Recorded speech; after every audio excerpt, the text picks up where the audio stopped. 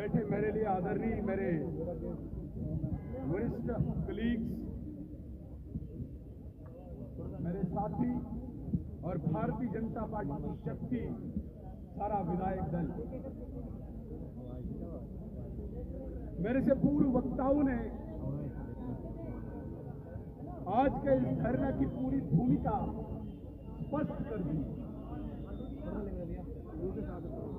आज का धरना शुद्ध रूप से प्योर है। नायब तहसीलदार की एडवर्टीजमेंट में जो उर्दू कंपलसरी किया गया है, उसको रिमूव करने के लिए हमारा ये आगाज है। सर सामने हमें कोई शौक नहीं कि हम धरना दें, हमें कोई आदत नहीं है कि हम सड़कों पे बैठ के चिल्लाएं, लेकिन मजबूरी भारतीय जनता पार्टी के विधायक दल को यहां पे बिठाने के लिए मजबूर हो। मेरे साथियों, भारतीय जनता पार्टी ने पूरी कोशिश की, पूरा प्रयास किया और एक अनुशासित सभ्य पार्टी के नाते जो हमने कदम उठाने चाहिए थे हमने उठाए। जो ही एडवर्टीजमेंट निकली, मैं कितने लेगा ना तो तू उधर पड़ेगा। तब से एक संवाद हमने सरकार के साथ शुरू किया। हालांकि हम विपक्ष में हैं, हमें पहले दिन ही अगर चाहिए तो हमें धरना देना चाहिए था, इसको मुद्दा बना के उछालना चाहिए था, लेकिन हम यहां के पढ़े लिखे नौजवानों के साथ राजनीति नहीं करना चाहते थे। हमें आशा थी, हमें उम्मीद थी कि एक नई चुनी हुई सरकार जम्मू कश्मीर में आई है और उमर अब्दुल्ला साहब कहते हैं कि मैं हर खित्ते हर फिरके का मुख्यमंत्री हूं, इसलिए हमें आशा थी कि शायद हम एक संवाद के थ्रू, एक कन्वर्सेशन, एक कम्युनिकेशन के द्वारा इस समस्या का समाधान कर पाएंगे। हम एलजी महोदय से भी मिले। एलजी महोदय ने अपने हाथ खड़े कर दिए कि मेरे हाथ में ये नहीं है, ये सरकार ने करना है। फिर सरकार के लिए भारतीय जनता पार्टी का एक शिष्टमंडल वरिष्ठ लोगों का, वरिष्ठ विधायकों का मुख्यमंत्री साहब से मिलने गया, चर्चा की और मुख्यमंत्री साहब ने शायद आश्वासन भी दिया कि मैं इस समस्या का समाधान करूंगा। लेकिन हम सब जानते हैं लास्ट डेट भी नजदीक आ चुकी है, समस्या का समाधान नहीं हुआ। इससे पहले भी हमारे साथ मुख्यमंत्री साहब ने धोखा किया। जब यहां पे असेंबली का सेशन चल रहा था तो सतवारी में जो नेशनल हाईवे में जो दुकानदार आते हैं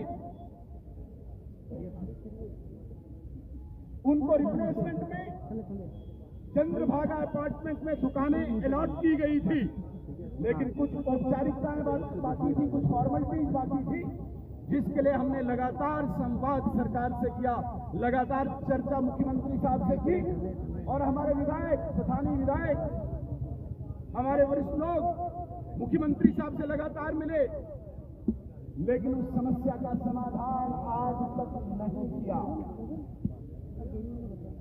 क्यों?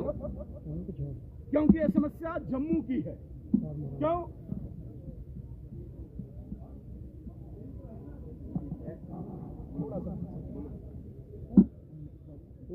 ये समस्या उन लोगों की है शायद जिन लोगों ने उन्हें वोट नहीं दिया, इसलिए वो इस समस्या का समाधान नहीं करना चाहते। इसीलिए हमने एक और प्रयास किया, मैंने कहा एक बार और आजमाते हैं, लेकिन मुख्यमंत्री साहब इतनी गहरी नींद में सोए हैं, उन्हें शायद लगता है कि भारतीय जनता पार्टी के विधायक मेरे पास इसी प्रकार से गुहार लगाने आए। उमर अब्दुल्ला साहब, भारतीय जनता पार्टी के कार्यकर्ता की मैन्युफैक्चरिंग जो हुई है वो आंदोलन यार मेरे को दिख वो नहीं रहा लड़ाई में हुई। हम राजनीतिक लड़ाई जानते हैं। और अभी डॉक्टर नरेंद्र सिंह जी ने कहा कि जम्मू में जितनी भी आज तक एजुकेशन रही है, चाहे वो यूनिवर्सिटी की रही, चाहे वो मेडिकल कॉलेज की रही, चाहे वो एम्स की रही, चाहे वो सेंट्रल यूनिवर्सिटी की रही, जम्मू के लोगों ने लड़के यहां का हक दिया। लेकिन आज एक छोटी बात थी, कोई बहुत बड़े आंदोलन की आवश्यकता नहीं, एक छोटी बात थी, मुख्यमंत्री साहब ने एक एग्जीक्यूटिव ऑर्डर से इसको रिवोक करना था। 75 नायब तहसीलदार साहब लगा रहे हैं और एक ठिक्के से लगा रहे हैं। हमें किसी भाषा से कोई मतभेद नहीं है, उर्दू जबान भी हम बोलते हैं, हम उर्दू जबान बोलते हैं, हमें उर्दू जबान से कोई मतभेद नहीं है, कोई नफरत नहीं है।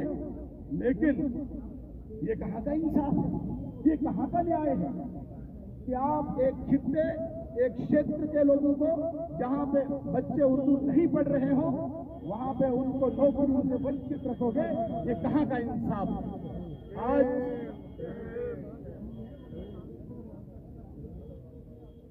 राष्ट्रपति शासन के दौरान रेवेन्यू रिकॉर्ड जम्मू कश्मीर में जो पासबुक हर व्यक्ति को फराहम की गई है वो 3 लैंग्वेजेस में है, जिसमें आप लेना चाहो हिंदी में भी उपलब्ध है, इंग्लिश में भी उपलब्ध है और उर्दू में भी उपलब्ध है।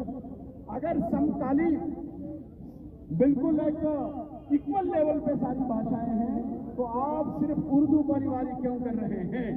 इसके विरोध में भारतीय जनता पार्टी का विधायक दल एक सांकेतिक धरना के रूप में यहाँ पे बैठा है और हम चेतावनी देना चाहते हैं सरकार को, ओनली पहरी सरकार को, अगर इस सांकेतिक धरना से भी वो होश में नहीं आए और जम्मू के युवाओं के साथ इंसाफ नहीं किया, न्याय नहीं किया, तो ये लड़ाई केवल यहाँ सिविल सेक्रेटरीट के बाहर ही तक नहीं रहेगी, ये लड़ाई नीचे सड़कों पे लड़ी जाएगी और हर ब्लॉक, हर मंडल लेवल पर ये लड़ाई लड़ी जाएगी। ये सिर्फ जम्मू में नहीं, ये कश्मीर के कोने कोने में भी ये लड़ाई लड़ी जाएगी। हम इसको राजनीतिक रंग नहीं देना चाहते हैं। मैं एक बात मीडिया के माध्यम से स्पष्ट करना चाहता हूं, अब्दुल्ला साहब, आपको शौक होगा राजनीति करने का, आप कल 13 जुलाई पर भी राजनीति कर रहे थे।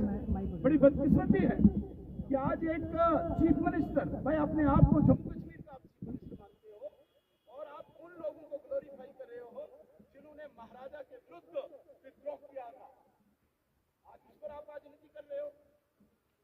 आज आपका ट्वीट सुबह आया, आज आप पत्रकारों पर तंज कस रहे हो। आपने देखा होगा, पढ़ा होगा, मुख्यमंत्री साहब को खूब टाइम है, लोगों की समस्याओं के लिए टाइम नहीं है, लेकिन ट्वीट करने के लिए उनके पास खूब टाइम है और वो कहते हैं कि भाई मीडिया मुझे तवज्जो नहीं दे रहा, खासकर अखबार वाले तो बिल्कुल तवज्जो नहीं दे रहे।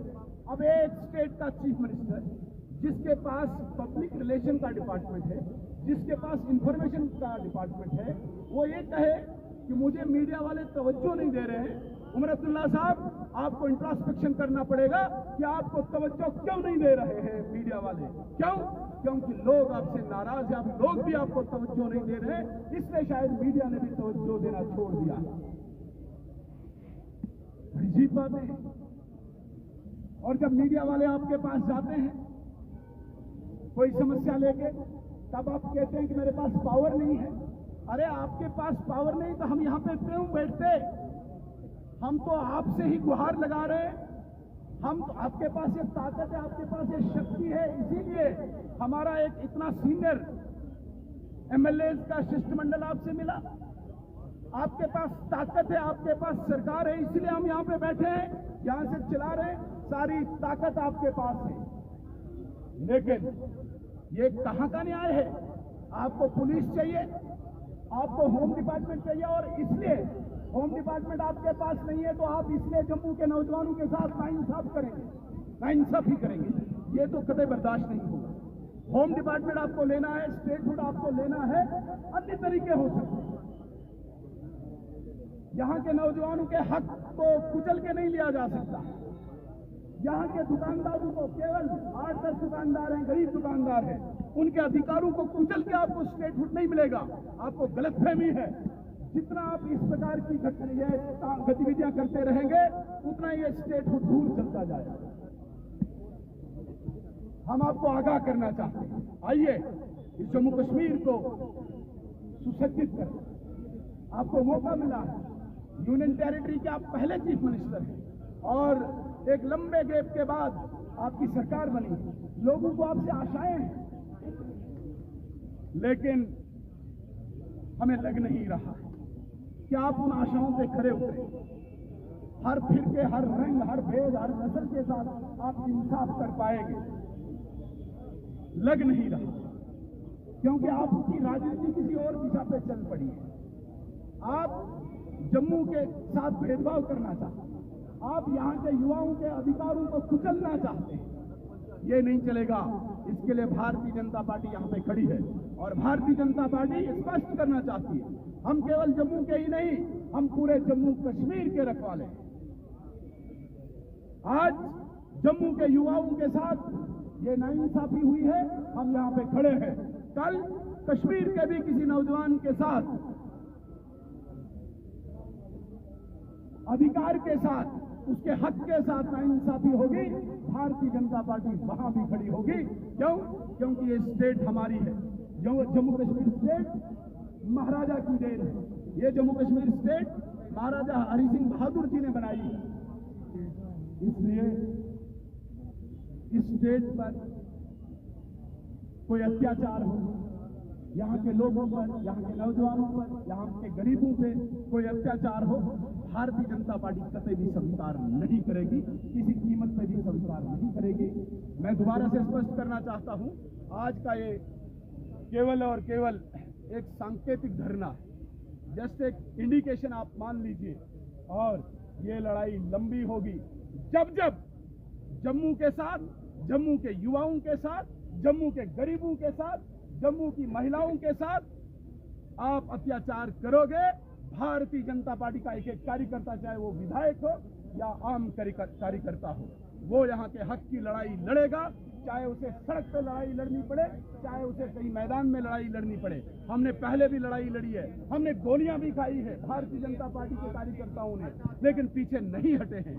इसलिए मैं अंत में आप सबका धन्यवाद करना चाहूंगा, विशेषकर मीडिया के कर्मियों का धन्यवाद करना चाहूंगा, अपने सारे विधायकों का धन्यवाद करना चाहूंगा। आज इस प्रकार से जम्मू के युवाओं की लड़ाई भारतीय जनता पार्टी का विधायक दल सड़क पे बैठकर इस कड़कड़ाती धूप में, इस गर्मी में बैठ के लड़ रहा है। विधायक दल ये जानता है कि हम किस प्रकार से इस अधिकार को छीन के लेना जानते हैं, हमें ये पता है। इसलिए आज अगर आपको थोड़ी सी भी शर्म होगी, आप होश में आओ। उमर अब्दुल्ला साहब, आपको यहाँ के लोगों के साथ इंसाफ करना होगा, नहीं करेंगे तो भारतीय जनता पार्टी की लड़ाई प्रोलॉन्ग होगी। जब तक हम इंसाफ दिला पाएंगे तब तक लड़ाई चलती जाएगी। इतना ही कहना था। जय हिंद। कश्मीर में भी भारतीय जनता पार्टी का अपना स्ट्रक्चर है और भारतीय जनता पार्टी का कार्यकर्ता चाहे कश्मीर में, चाहे जम्मू में, चाहे कन्याकुमारी में, वो किसी के साथ इंसाफ नहीं होने देगा। इसलिए कश्मीर का अपना कार्यकर्ता जम्मू के युवाओं के साथ खड़ा रहेगा। भारतीय जनता पार्टी का कार्यकर्ता किसी भी लड़ाई के रूप में हो, कश्मीर में भी ये लड़ाई। सर, लैंग्वेज का इशू 1 साल पहले से नहीं है। एलजी साहब ने स्पष्ट कर दिया था कि मैं इसमें कुछ नहीं कर सकता, ये सरकार के पास अधिकार है और ये काम सरकार है। सर, 1 साल पहले की बात करें, लैंग्वेज का इशू उससे पहले भी था, लेकिन बीजेपी द्वारा तब जो है वो इस मामले पर बात क्यों नहीं की गई? बीजेपी हमेशा बात करती है, जब जब यहाँ पे अधिकारों का हनन होता है तब तक भारतीय जनता पार्टी बात करती है। एक बात मैं स्पष्ट करना चाहता हूँ, हमारा अलायंस केवल 3 साल का रहा। जो आज लोग, आज विपक्ष कहता है कि भारतीय जनता पार्टी पिछले 10 सालों से सत्ता में है, वो गलतफहमी में है। एलजी सबके थे, एलजी एक अनबाइस्ड पोजीशन है, एलजी एक न्यूट्रल पोजीशन है, उसमें भारतीय जनता पार्टी का रोल नहीं है। जब भारतीय जनता पार्टी का रोल इंडिपेंडेंट स्वतंत्र रूप से होगा तब हम हमें